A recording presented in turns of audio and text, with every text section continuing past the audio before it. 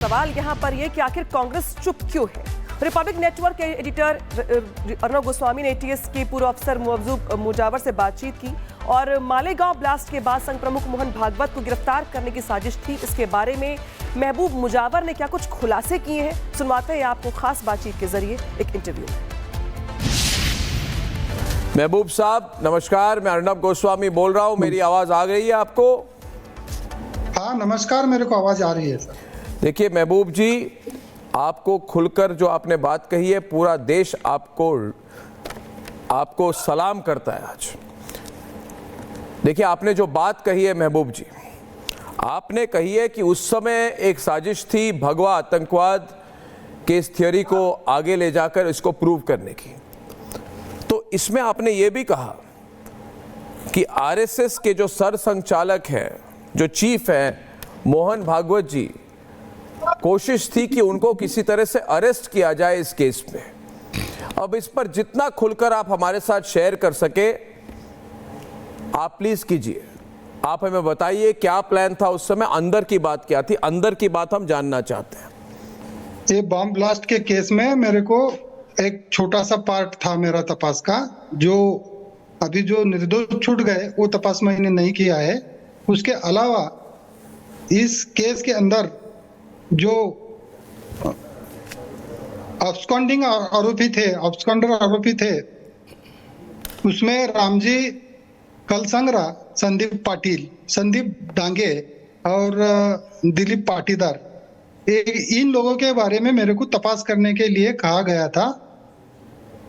उसके अलावा आदरणीय मोहन भागवत जी, इनको भी उठा के लाने के लिए आदेश था, मगर मैं इसमें से जो सत्य है उतना काम करके, वो मेरे जो जवाबदारी थी उतने काम किया है मैं उनके साथ में।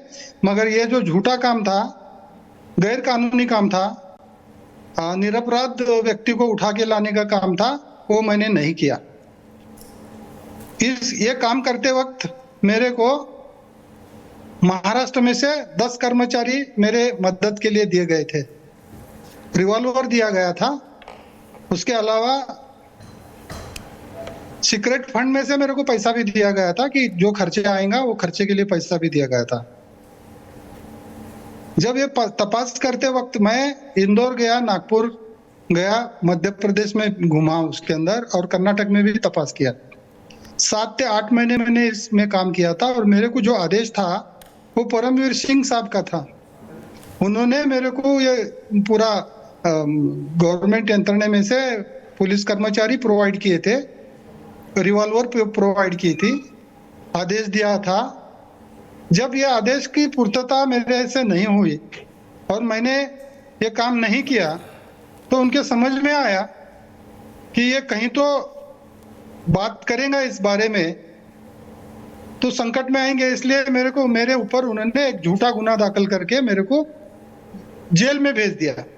मेरे साथ एक मेरा दोस्त था, दलित का है वो, उत्तम नवगरे, उसको भी अरेस्ट किया उसने। क्यों? तो उसने भी मेरे को मदद किया था इंदौर में और नागपुर में, वो मेरे साथ में आके सब।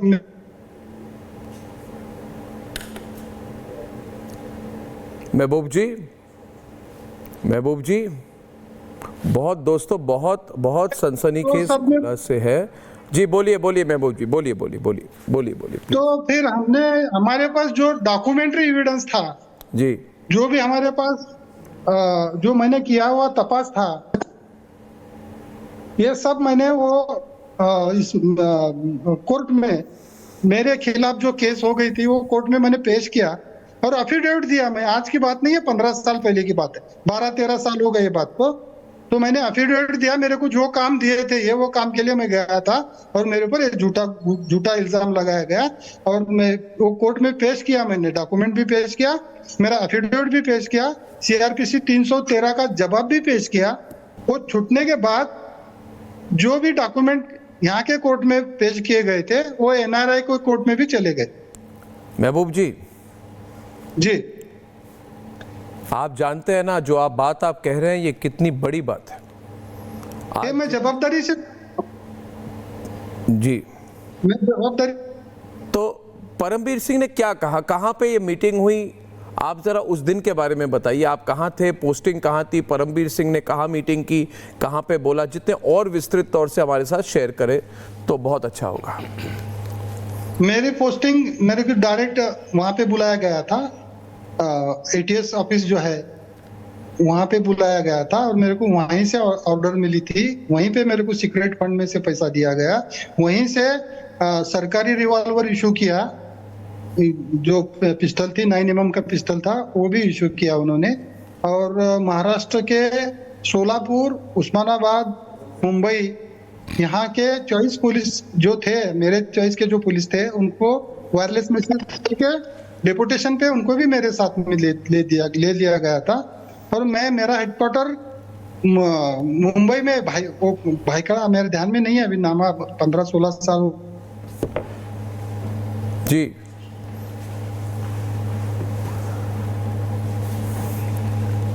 दोस्तों 2 मिनट रुकते हैं क्योंकि ये बात, इनकी लाइन आती रहती है। देखिए मुजावर जी, अब फोन मत लीजिए। नहीं लिया मैं। आपको जेल में कितने दिनों तक रखा गया उसके बाद, जब आपने कहा कि मैं आरएसएस चीफ को अरेस्ट नहीं करूंगा, क्या आपने मुलाकात की परमवीर जी से, या फिर आपने? मैं जामीन पे छूटने के बाद उनको जाके मिला हूं, मैं उनके ऑफिस में जाके मिल के बताया मैं उनको आपने गलत काम किया। और दूसरी बड़ी बात ऐसी थी कि वो संदीप डांगे और रामजी कल संग्रह है, इनको पुलिस कस्टडी में मारा गया था, वो अनऑथराइज कब्जे में थे, उनको मारा गया था। और वो मारने के बाद वो जिंदा है दिखाने के लिए मेरे को जहां जहां पे जाना है वहां पर आदेश दिया था, मैं गया वहां पे और मैंने बताया उनको कि आप मर्डर किए थे, आप खुद को बचाने के लिए मेरे को यूज किया और मेरे को जेल में डाला, जब मैं छूटूंगा तो मैं फिर से आके मिलूंगा, ऐसा उनको बता के वहां से चला गया। तो उन्होंने क्या कहा? उन्होंने क्या कहा? जेल में कितने दिन? खाली मेरा मुंह देखा उसने, खाली मुंह देखा, 2-3 मिनट में उनको मुलाकात लिया ऑफिस में जाके। आप कितने दिन तक रहे जेल में? मैं मेरे हिसाब से 20 दिन तक जेल में था। 20 दिन तक आप जेल में थे? 20 दिन तक जेल में था। मेरा जो रिवॉल्वर था एटीएस का वो सरेंडर किया था मैंने, वो भी वो जजमेंट में आया, वो तब मेरे को जमानत हुई, तब उन्होंने जजमेंट में लिया और रिवॉल्वर दिखाया और मेरे को 12 मर्डर करने का अधिकार है, ऐसा मैंने शब्द यूज किया, ऐसे टाइप का गुना दाखिल किए थे। मैं सोलापुर में नहीं था तब, सोलापुर में गुना दाखिल हुआ और मैं तब तक गोकाक में, यही तपास में गोकाक में था, वहां से बुला के मेरे को अरेस्ट किया गया। आप तैयार हैं, अगर आपको परमवीर सिंह के साथ 1-to-1 बिठा दे, आप चैलेंज देने को तैयार है? जो उन्होंने आपको करने को कहा, आप उनके फेस टू फेस बात रख पाएंगे? क्योंकि वो तो जवाब नहीं दे रहे, वो तो चुप है। देखो मैं कहीं भी आने के लिए तैयार है, मैं कोर्ट में भी कोर्ट में भी जब मेरे को सपोर्ट मिलेगा तो मैं कोर्ट में जाऊंगा, पुलिस स्टेशन में जाओ तो पुलिस स्टेशन में जाऊंगा।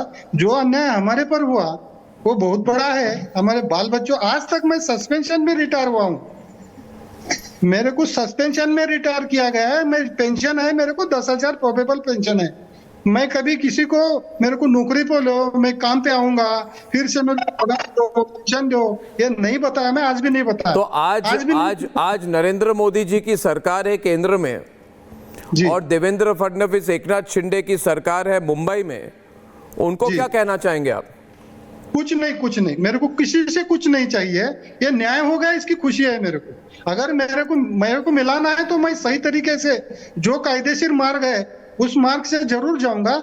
जब ये केस का निकाल हो गया, उसके पहले गोपनीयता थी, केस के निकाल के पहले गोपनीयता थी, गोपनीयता का भंग होगा बोल के। टारगेट क्या थी उनकी? नहीं, टारगेट क्या थी उनकी? अभी तो आपको पता है साजिश क्या थी, तो वो साजिश क्या थी, वो क्या करना चाहते थे उस समय?